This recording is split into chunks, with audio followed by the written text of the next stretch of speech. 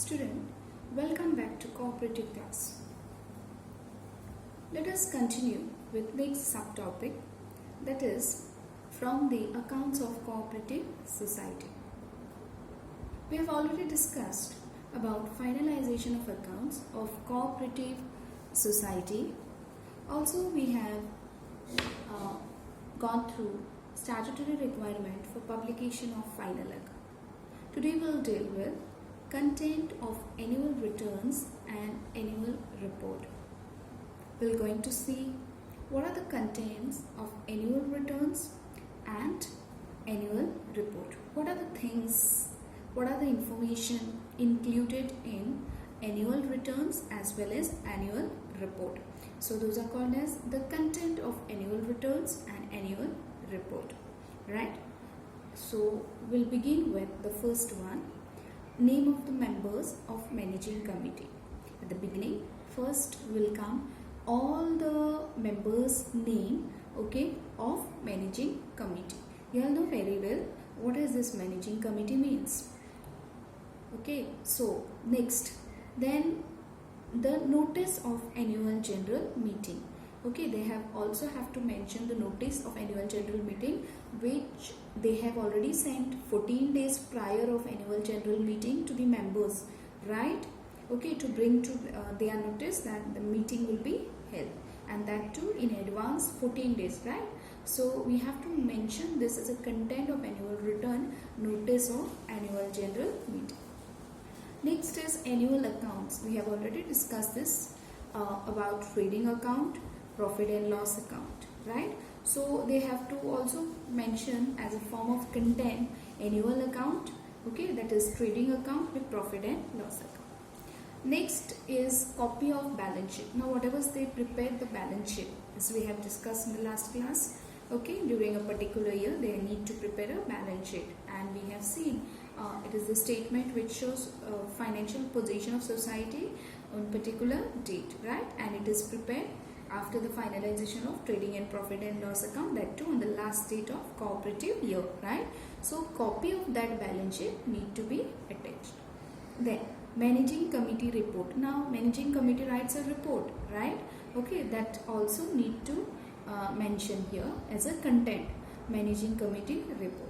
And also, as I said, auditing takes place by the auditors. So or after finalization of auditing, auditor's duty to write a report. So copy of auditor's report has to be added here in the content of annual return as well as annual report, right? Okay, that is some of the thing which will going to come in the annual return and annual report. Let us recollect once again. Name of the members of managing committee, notice of annual general meeting, annual accounts, trading account with profit and loss account, copy of balance sheet, managing committee report, and copy of auditor's report. That is clear? Okay, that is something on content of annual return and annual report. Now moving on to next is appropriation of profit earned by cooperative society. Okay, now you all know, student, appropriation means the proper figure, exact figure of profit earned by cooperative society. Now society earning profit has to follow the below given guideline for appropriation of profit. Yes? Now what are those things? Let us see. Establishment charges are included in that. For proper appropriation of profit earned by cooperative society, they include establishment charges, okay, the charges which are required for establishment purposes. Then also they pay interest on the loans and deposits, right? So that also has to be included, interest payable on loans and advances. Then as I said, auditing takes place in every cooperative society. They check, they write report at the end. So there is a fee for that. Auditors need to be paid certain fees, so that also we have to include here in the appropriation of profit, audit fee. Then what are the working expenses, day-to-day expenses, including like small expenses like repairs, rent, taxes and depreciation. Okay, that also will appear here. Then on certain festivals. Okay, bonus is payable to employees and the Payment of Bonus Act 1965, that need to be included. Moving on to next is equalization fund for bonus. Okay, whatever the bonus is paid, equalization fund for bonus. Then provision for payment of income tax, that you all know very well. Okay, they need to keep a certain portion for the income tax, they need to pay an income tax, right? Then provision for payment of contribution to workers education fund for their children and all, and the state federal society. Then development rebate. Okay, if any employee is applicable for rebate, then they're going to get back, so that provision they have to make. Provision for development fund. Okay, bad debt fund, price fluctuation fund, then followed by provident equalization fund. These are the extra points. Share capital redemption fund, investment fluctuation fund, provision for retirement benefit to employees, provision for purchase rebate, writing of bad debts and losses not adjusted against any fund created out of profit.